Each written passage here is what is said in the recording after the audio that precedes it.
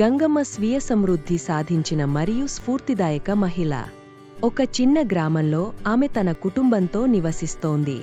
కష్టకాలం ఎదురైనప్పటికీ తన కుటుంబానికి మద్దతు అందించడం కోసం, ఇంట్లోనే అప్పడాల వ్యాపారం ప్రారంభించడం కోసం ఆమె చొరవ చూపింది.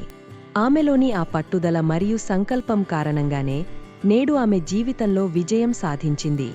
ఆ గ్రామంలోని ఇతరులకి ఆమె ఒక స్ఫూర్తిగా నిలిచింది.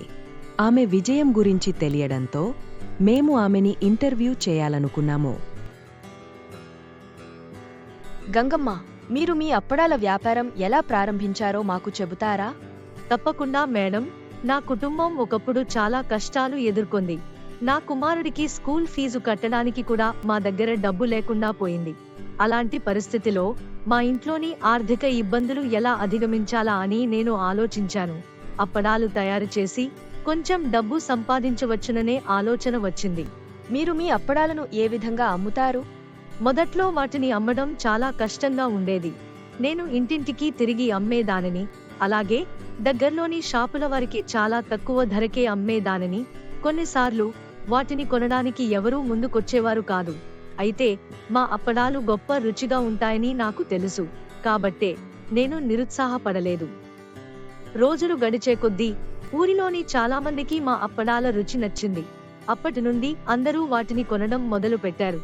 ఆ విధంగా డిమాండ్ పెరగడంతో నాతో పని చేయడానికి కొందరు కావాలని నేను గ్రహించాను. దాంతో మా గ్రామంలో నాలాగే ఆర్థిక సమస్యల్లో ఉన్న కొందరు మహిళల్ని జాగ్రత్తగా ఎంచుకుని అప్పడాల తయారీ కోసం నా వద్ద పనిచేయాలని కోరాను. గంగమ్మ, ఇతర మహిళలు నీ వద్ద పనిచేసేందుకు వారిని ఏ విధంగా ఒప్పించారు? మేడం, నేను వారికి నా జీవితం గురించి చెప్పాను. అప్పడాల తయారీతో వచ్చే ఆదాయం మా కుటుంబానికి ఎలా సహాయపడుతుందో వాళ్లకి వివరించాను. వాళ్లలో చాలామంది అదే విధమైన డబ్బు కష్టాల్లో ఉన్నారు కాబట్టి నాతో చేరడానికి ఆసక్తి ప్రదర్శించారు. ఈ క్రమంలో మీరు ఎలాంటి సవాళ్లను ఎదుర్కొన్నారు? అప్పడాలు ఆరబెట్టేందుకు తగిన స్థలం కోసం వెతకడం, చౌక ధరల్లో నాణ్యమైన దినుసులు కొనుగోలు చేయడం మరియు పెరుగుతున్న డిమాండ్ని తట్టుకోవడం లాంటి అనేక సవాళ్లు ఎదురయ్యాయి. వాటితో పాటు మాకు ఆర్థిక ఇబ్బందులు కూడా ఎదురయ్యాయి. అయితే కలిసి పని చేయడంతో పాటు చిన్న చిన్న రుణాలు తీసుకుని ఆ ఇబ్బందులన్నీ అధిగమించాము. అప్పటి నుండి మీ వ్యాపారం ఏ విధంగా ముందుకు సాగుతోంది? మా వ్యాపారం క్రమంగా వృద్ధి సాధించింది. మేము ఇప్పుడు దగ్గర్లోని పట్టణాల్లో చాలా దుకాణాలకి మా అప్పడాలు సరఫరా చేస్తున్నాము. అలాగే మా గ్రామం వెలుపలి కస్టమర్ల నుండి కూడా ఆర్డర్లు స్వీకరిస్తున్నాము. వ్యాపారం విస్తరించడంతో నేను ఇల్లు కూడా కట్టుకున్నాను. నా కుమారుడికి స్కూల్ ఫీజులన్నీ కడుతున్నాను. వాడికి మంచిగా చదువు చెప్పిస్తున్నాను.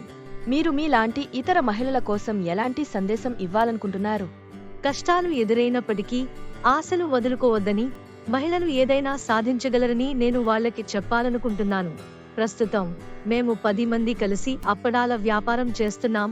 పాఠశాల నిర్మాణం కోసం మేము నగదు సహాయం అందించాము. అలాగే మా గ్రామానికి నీటి కనెక్షన్లు తీసుకొచ్చాము. మేము కలిసి పనిచేయడం ద్వారా మహిళలు వారి సమాజాల్లో మార్పు తీసుకురాగలరని నిరూపించాము. మహిళలు కలిసి పనిచేస్తే ఎక్కడైనా సరే వాళ్ళు వృద్ధితో పాటు విజయం సాధించగలరు.